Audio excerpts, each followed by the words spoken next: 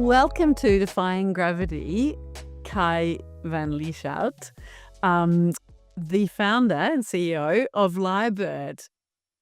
For anyone who hasn't been reading the press lately on your meteoric rise with Lyrebird in the market, can you give us a quick overview of your story, Kai? Yeah, for sure. So Lyrebird Health effectively automates anything that a doctor would have to do that isn't taking care of their patients. And if you're not in medicine, you might not know, but that is roughly around 2 to 3 hours of a doctor's day.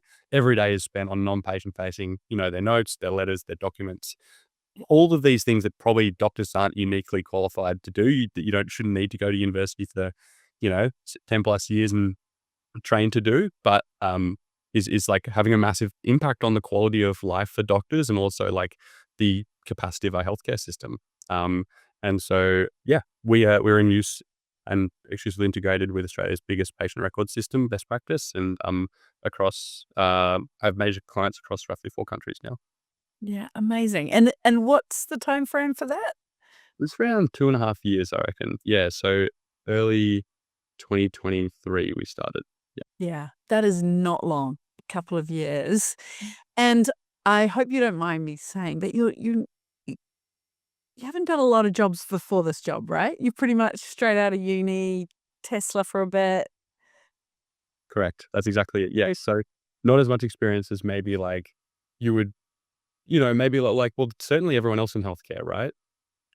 Yeah, yeah. No, I bet it would be pretty different. So tell me, we're all about defying gravity. That's an amazing challenge to get, largest private hospital, I think, in the UK. You've got major health networks in Australia. Um, is that the biggest challenge? How do you walk into those rooms and make those sales, make those deals, or tell us what is been your biggest challenge in building that? I think like what you just said is pretty right. Like coming into healthcare, it's all about people, obviously, in the organizations that, to, there's one thing, to like build a great solution. But when you look at healthcare, a lot of the solutions are like 10 years behind or even 15, 20 years behind where the rest, like every other industry is. You look at on-prem software, um, and all those things. And it's not because people don't think that there should be cloud EMRs and cloud storage of health software, but it's because like I think it's a really complex industry that is dependent on a lot of people and has high risk.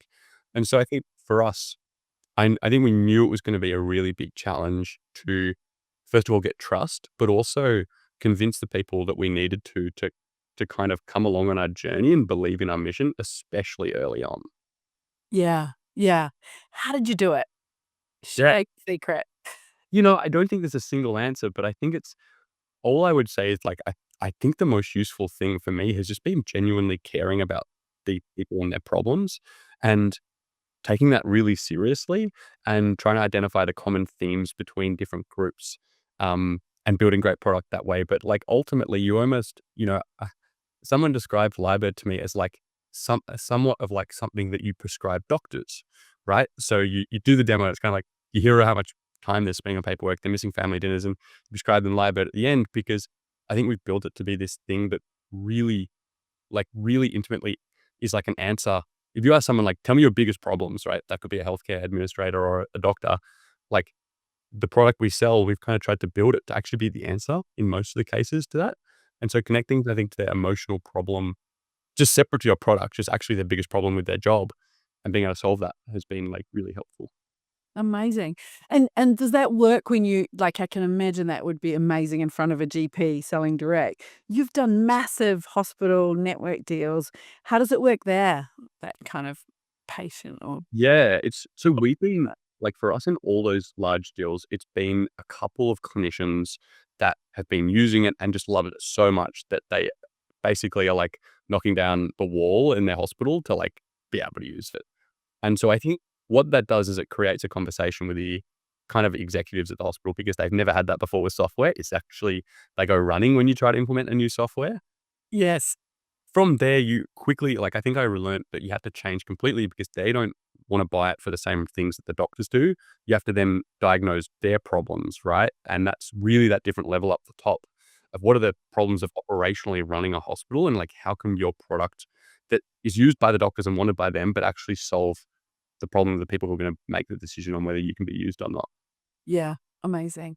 Amazing. And look, you've raised capital through that time period as well, a decent amount, 12 million recently, invested in your growth story. What was the biggest challenge in getting that, or were you batting them away with this traction you had? Mhm. Um, like the biggest challenge of that is like as interesting question. Like, I think the biggest challenge with raising capital was just the opportunity cost and the loss of focus to the core business, right? Like Yeah. that was the really hard part about it, right? Is that we raised a lot of money, but you kind of wonder, well, we spent 6 months on that. What was the cost? You know what I mean, to our growth. So the hardest part was definitely that, like what we could have done, being really still focused on the business. Yeah, amazing. And for other university students looking, I work with a few unis in their sort of incubator programs. Um, for other university students looking to found a business, what would your advice to them be? I would probably say 2 things. I would say, first of all, like, try to have and develop the ability to have opinions about what you think the future will look like, where you as a student being so much more on the bleeding edge of technology, seeing it probably before everyone else, you're right. And, some examples like AI, right? Like, but what do you think that will result in, like, how something will be done differently in the future, and underlying belief, and then connect that with a problem you have today. So try to become really good at finding problems in your day to day that ideally you or at least others experience. And then if you can connect those two, that's typically where you kind of get magic. Uh, so I think it's almost like a skill you can kind of practice. Absolutely, absolutely. And look, with that less experience than some founders, you've clearly found ways to navigate being a CEO in your early 20s, going global in your early 20s. Any tips for that navigation? I think it's like there's no way getting around the fact that it's really hard. That's kind of like an important thing. Is like it's really hard. It's not meant to be easy. I born like a good CEO at all. And I like the only tips I'd have would be off the back of that, because it is actually meant to be really hard. Like, just get as much advice as you can, and learn as much as you can from people smarter than yourself. Like, that's why I connect with you, Helen. Um, and learn what you can, right? Yeah. Because that's the only way you can do it. Yeah. Yeah, it's, awesome advice for anyone at any age. That is fantastic. Thank you so much, Kai, for chatting with us today. Thank you so much for having me.